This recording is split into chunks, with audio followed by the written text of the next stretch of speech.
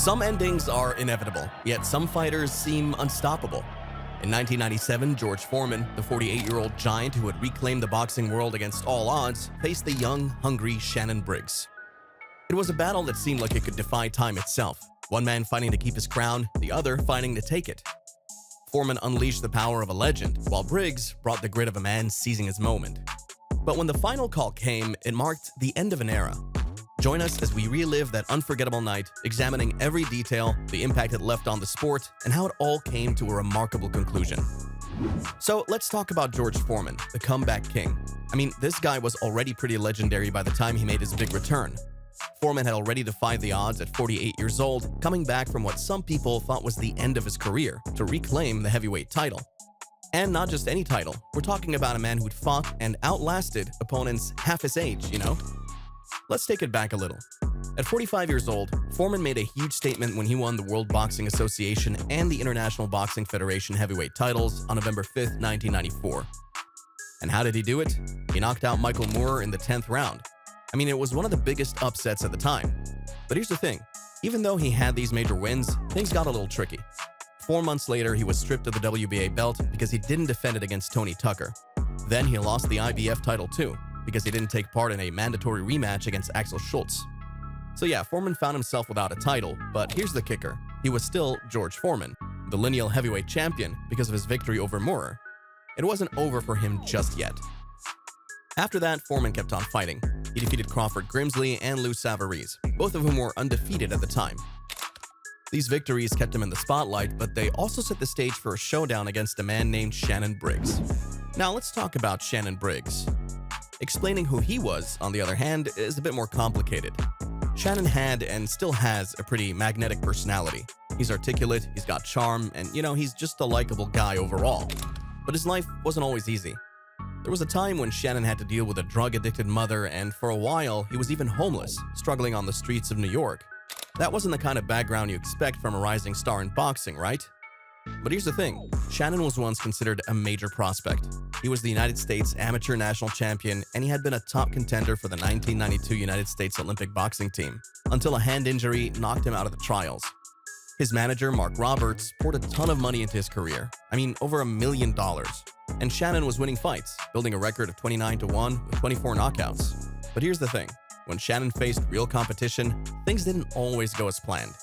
His most memorable loss was against Darryl Wilson, who knocked him out in the 3rd round during a televised HBO fight.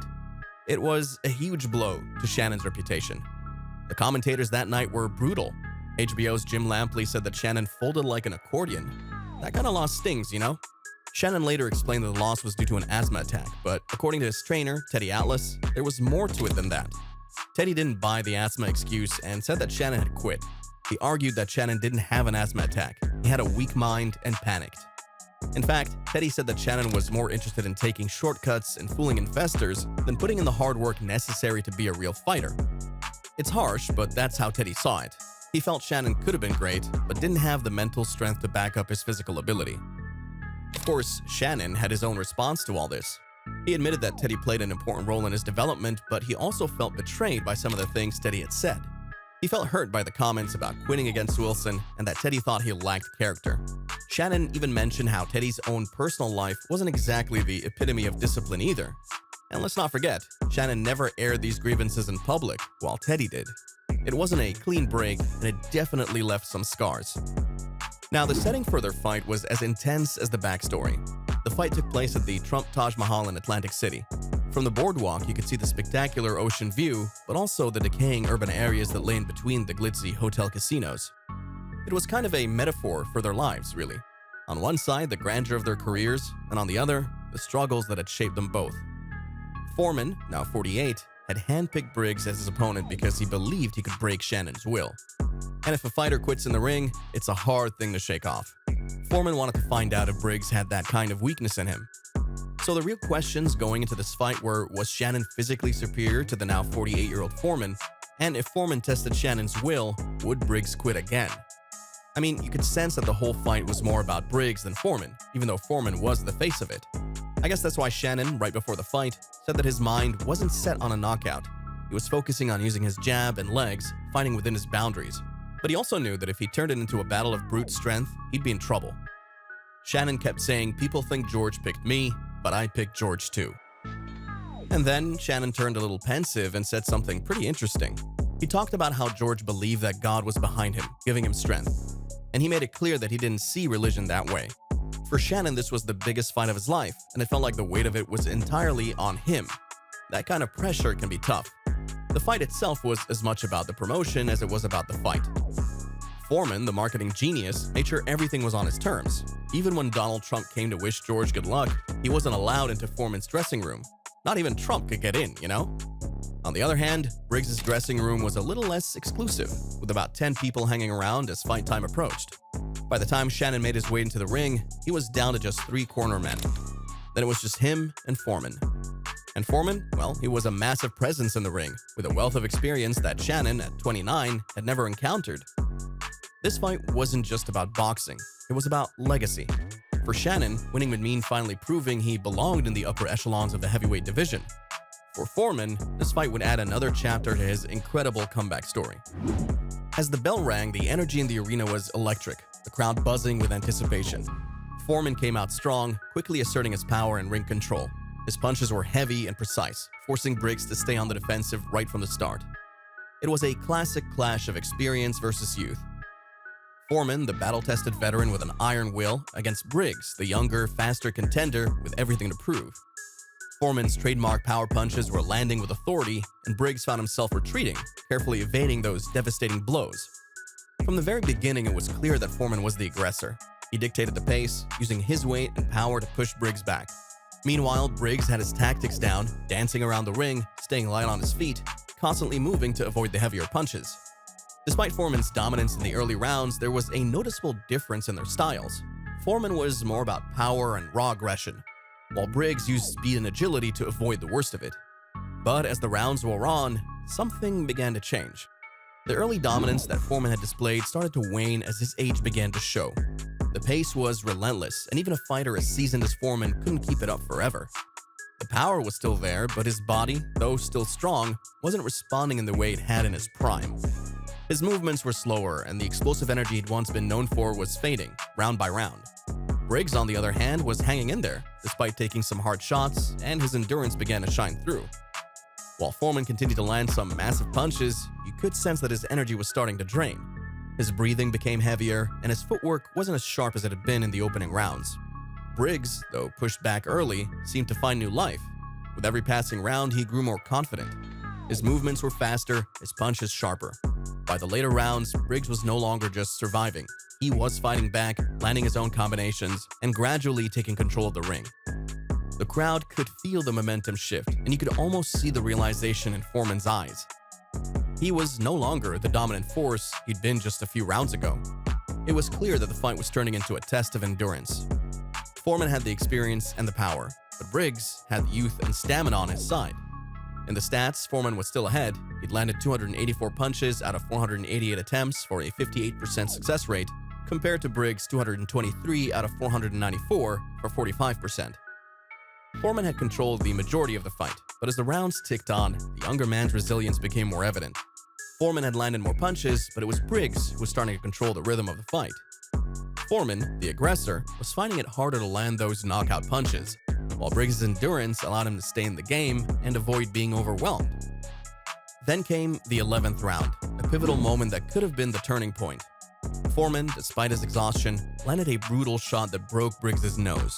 The crowd gasped, thinking this could be the moment Foreman would finally break his younger opponent. Briggs' face was bloodied, but he refused to go down. Despite the pain and the injury, Briggs didn't flinch. His nose was broken, his face a mess, but his will was unshaken. His resilience only seemed to fuel the fight even more. As the 12th and final round began, both fighters were battered, but they kept pressing on. Foreman, aware that a win on points was no longer guaranteed, threw everything he had left into his punches, going for a knockout. He was relentless, pressing forward with each strike, his face a mask of determination. Briggs, though visibly struggling, hung on. He wobbled at times, but he stayed on his feet, refusing to give Foreman the satisfaction of taking him down. The crowd was on the edge of their seats, each punch feeling heavier than the last. Briggs was hurting, but his heart wouldn't let him quit. When the final bell rang, both men were exhausted and the fight was over. The decision was in the hands of the judges, and the outcome would spark controversy. Harold Lederman, the unofficial HBO scorer, had Foreman clearly winning, and the audience seemed to agree. The general consensus was that Foreman had done enough to earn the win. But when the final decision was announced, it was Shannon Briggs who was declared the winner by majority decision. The crowd erupted, a mixture of shock and disbelief hanging in the air. Foreman's expression said it all. He knew this might be the end of his remarkable journey. The aftermath was more than chaotic. Foreman's promoters filed complaints, questioning the decision and even reaching out to powerful figures like Senator John McCain, citing rumors of impropriety surrounding the decision. They alleged that the commissioner, Larry Hazard, had a personal vendetta against Foreman and that Briggs' manager had connections within the commission. The accusations ran deep, and the fight became more than just a contest between two fighters. It became a battle of perception, with allegations of corruption swirling in the air. Despite the controversy, the New Jersey Division of Gaming Enforcement dismissed the claims, stating there was no substantial evidence to support the allegations. Hazard, in a later interview, admitted he would have chosen his judges differently in hindsight. He explained that he had wanted to give the relatively inexperienced judges more exposure, but he acknowledged that in hindsight, it was a mistake, especially given the high-profile nature of the fight and the heavy public expectation for Foreman to win. But when you step back and look at the bigger picture, the fight wasn't just about punches and who landed more. It was a war of endurance. It was about who could withstand the pressure and keep fighting despite the odds. And in the end, it wasn't just Foreman's age that failed him. It was his inability to maintain the pace. Briggs, young and full of energy, proved that sometimes endurance, rather than power, is the ultimate weapon. The fight marked the final chapter in Foreman's storied career. Yeah, it wasn't the ending anyone had expected, but it was fitting for a man who had fought through so much, and though this fight ended in controversy, it closed the book on a 10-year journey filled with triumph and struggle. The arena, filled with over 5,000 fans, and the millions watching on HBO, were witnesses to the final act of one of the most iconic careers in boxing. For Foreman, it was the end of a legend, but for Briggs, it was a win that was about more than just the decision. It was a win that proved no matter how hard you fight, sometimes the biggest battle is the one within. You know, when it all came down to it, everyone really thought George Foreman had won the fight. But the decision, well, it just made everything that much messier, didn't it? After the fight, Foreman's promoters protested the decision, hoping it would be overturned and pave the way for a potential matchup with Lennox Lewis for the WBC heavyweight title. But the result stood. For Foreman, however, the fight felt like a clear sign it was time to retire for good. He had poured everything into that bout, and it seemed like his final curtain call. He retired, leaving behind a legacy no one could deny, a career record of 76-5, and a comeback that defied all odds. Although he briefly came out of retirement in 1998 to face Larry Holmes, that bout never materialized due to financial issues, and Foreman ultimately ended his career with a stellar 76-5 record, including 31-3 with 26 knockouts in his 10-year comeback. Remarkably, none of the 34 fighters he faced during that period managed to knock him down. Talk about a comeback. On the other hand, Shannon Briggs came out of that fight with a title shot against Lennox Lewis. But even though he won that night, the road to the top was far from smooth. When he finally faced Lewis, Briggs found himself on the wrong end of a dominant performance, getting knocked down multiple times and eventually losing in the 5th round by TKO. It just goes to show that even when you win, you don't always get the fairy tale ending you expect. Some still consider the decision in the Foreman fight one of the worst in boxing history, with many believing it may have been an attempt to push Foreman into retirement for good. He was so disgusted by the result that he stepped away from the sport, likely for the last time, much like some argue happened to Manny Pacquiao after his loss to Jeff Horn, even though Manny didn't retire then. For Briggs, his win over Foreman was supposed to launch him to superstardom, but it never panned out. Instead, he became more of a social media personality than a true boxing legend. Despite efforts to push him into the limelight, he never quite made it. The situation leaves a bad taste, but also highlights boxing's complexities. Victories aren't always as clear-cut as they seem, especially when the judges' decisions come into play. That fight stands out in boxing history not just for the punches thrown, but for marking a final chapter for Foreman and a tough start for Briggs. It's a reminder that sometimes victory isn't as simple as what's on the scorecard. But what do you think? Share your thoughts in the comments below, and don't forget to hit that subscribe button, and we'll see you in the next video.